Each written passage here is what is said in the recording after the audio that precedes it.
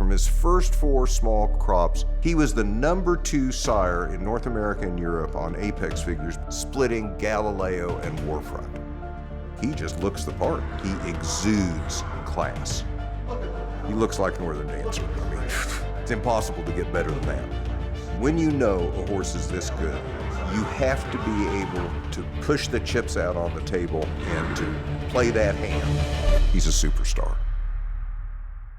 Hi everybody and welcome to Spa Babies, presented by Spendthrift, the Breeders' Farm. I'm Dan Illman along with Nicole Russo, and let's take a look at Friday's 4th race at Saratoga. This at 5.5 furlongs for 2-year-old New York breds. $78,000 is the purse. And Nicole, when I looked at this race, I found it was wide open. Definitely. Only a couple in here with prior experience. Most of them are first-time starters. An interesting mix of stallions represented in here. I do think it's a wide-open race. Well, let's discuss the #1, True Grace, breaking down towards the inside, the first crop of Competitive Edge. Now, Competitive Edge won the Hopeful as a 2-year-old. We expected his 2-year-olds to be quick, and thus far, we have not been disappointed.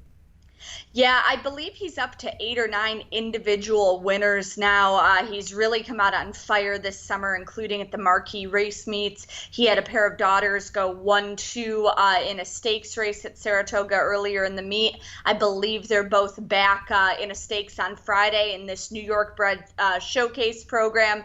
And there's a nice mix of both speed and stamina in this female family. Kind of concerned about this one drawing down toward inside on the debut, but I like that Joel Rosario has the call. You're right, this inside post can be extremely intimidating for an experienced first-time starter, but is certainly bred for some speed. Is a half-to-timely tradition, a stakes place dirt sprinter. We'll move on to the #2, Solar Fire. This one is also by a first crop sire, and Fast Anna lived up to his name on the racetrack. He was a quick one. What do you think of his progeny thus far?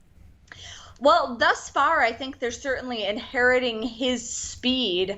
But the interesting thing I think about Fast Anna is that being by Medaglia d'Oro from that El Prado line and from that family of Champion Dreaming of Anna, which has just produced, all kinds of runners, I think Fast Anna might actually be able to sire a turf horse. And there's some turf in this female family for Solar Fire. Not only turf, but some distance ability as well. So I do like the mixture of speed over stamina. This one only sold for $5,000 as a yearling, but is in pretty good hands. John Toscano, you wouldn't think does very well with these kind of horses, but take a look at this formulator fact. Past 4 years, 2-year-olds on dirt, limited positive data, 30% winners, and a $4.45 return on investment. We'll move on to the #3, Kampai. This is a gelding by Central Banker, who is a rock-solid debut stallion, and he was a good sprinter in his day. And this one is a full to a sprint winner as well.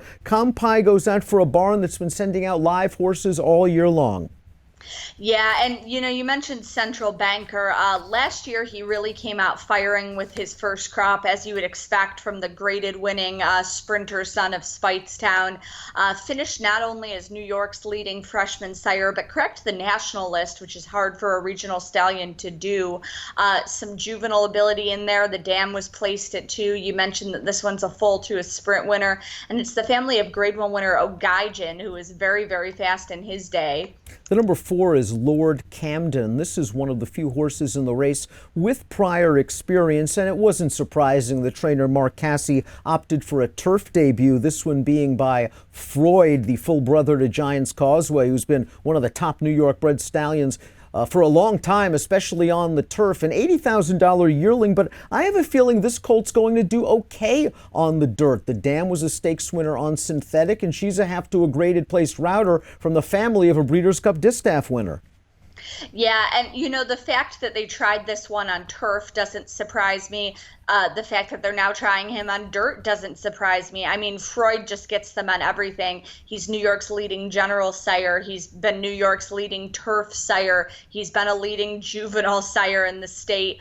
He really just does everything. So it never surprises me, where you see his runners placed. And this is one of the only experienced runners in this field. Probably with a respectable run is what I would term that first out. And right next door is another son of Freud. This is the number 5 Austrian, a $52,000 yearling who sold up for $90,000 in May after breezing a furlong in 10 and 4. There is a lot of sprint and juvenile ability on the bottom of this pedigree. I would not be surprised if he is pretty quick, but we know that Mr. Lucas likes to give them a race or two.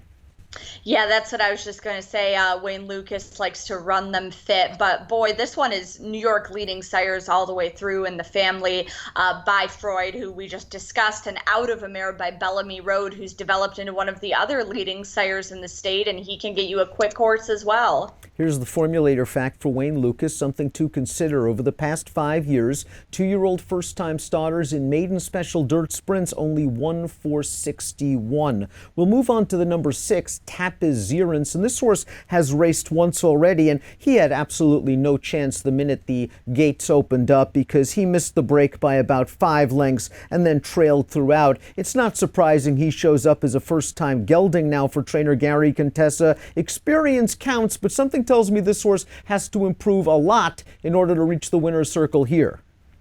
Well, I think he'll have to improve a lot, but Gary Contessa runners typically do improve second time out, even when they don't have a troubled debut, and even when they don't have, the ultimate equipment change. This is a new gelding. So I really do think Tapizearance, all things considered, might take a big step forward here with a better break. I like that he's not drawn too far inside or outside. And he faced a very promising juvenile in his debut. City Man is going to be among the favorites in the Funny Side Stakes for New York bred 2-year-old colts later on in the Friday card. The number 7 is Stone Hearted, and this horse is bred speed over speed by Buston Stones, who win 23% with juvenile debut runners out of a hook and ladder mare that won sprinting. There is class and speed here, and Gary Gullo wins first out, sometimes at a price.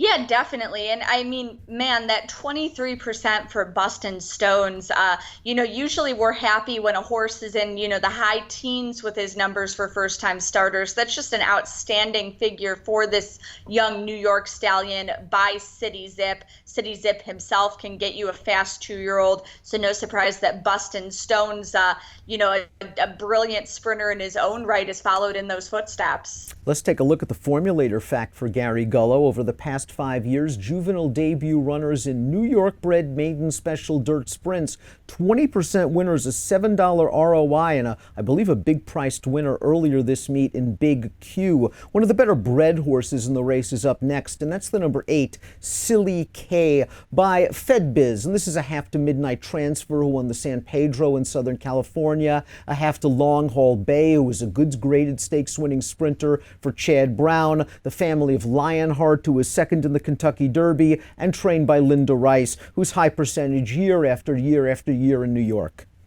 Yeah, and Lionheart, who you mentioned, had speed and could carry it. So I think he really adds to some of the speed in the family. Fedbiz does well with his 2-year-olds, but I'm really still waiting for them to light up. I'm wondering what they're going to do as older horses. He was fast, he was versatile.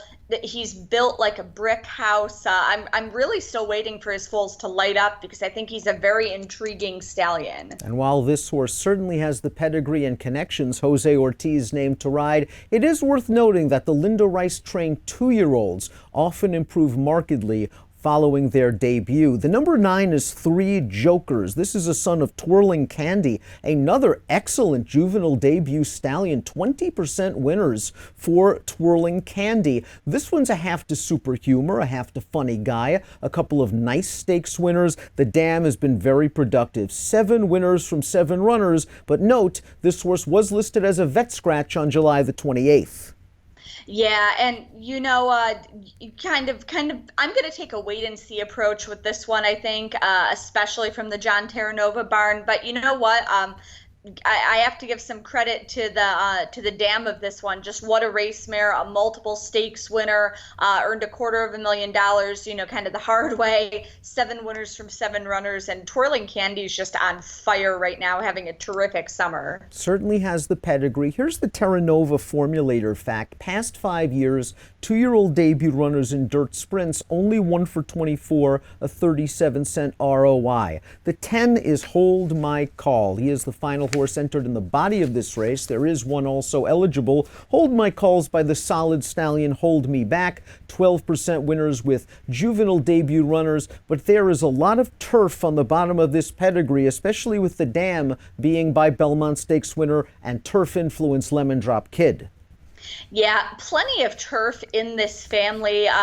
The family of a Australian Group 1 winner, the family of 2,000 Guineas winner Sleepy Time. Hold Me Back did some of his best work on synthetic. I expect this one to want to go longer and maybe would enjoy a surface switch down the line for sure, but the sire does well with his 2-year-olds, and Hold My Call is coming off what looks like a solid work.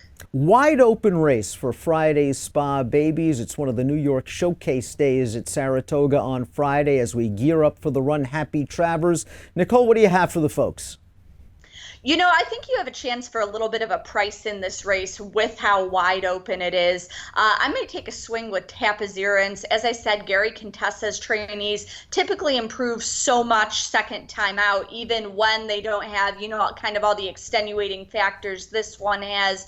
I'm also going to take a hard look at Stonehearted, as we mentioned, that pedigree, speed over speed. And I think True Grace, that inside draw is going to be difficult to overcome, but I expect that one to do a little bit of running down inside as well and maybe round out some of your exotics. I'm hoping Stonehearted goes off as a nice price. We've mentioned the pedigree. It's a lot of sprint. There's a lot of foundation here. This horse has been working since the middle of May for Gullo, and I think he could be a little bit of a price. I'm going to make him my top pick over 3 jokers who seem to be working well before that vet scratch. Maybe he'll need a race. Your top pick, Tapizearance, I will use 3rd. Solar Fire for the Toscano barn will be my 4th pick. I'll go 7, 9, 6, and 2 in race number 4 at Saratoga on Friday. It's your Spa Baby race presented by Spendthrift, the Breeders' Farm.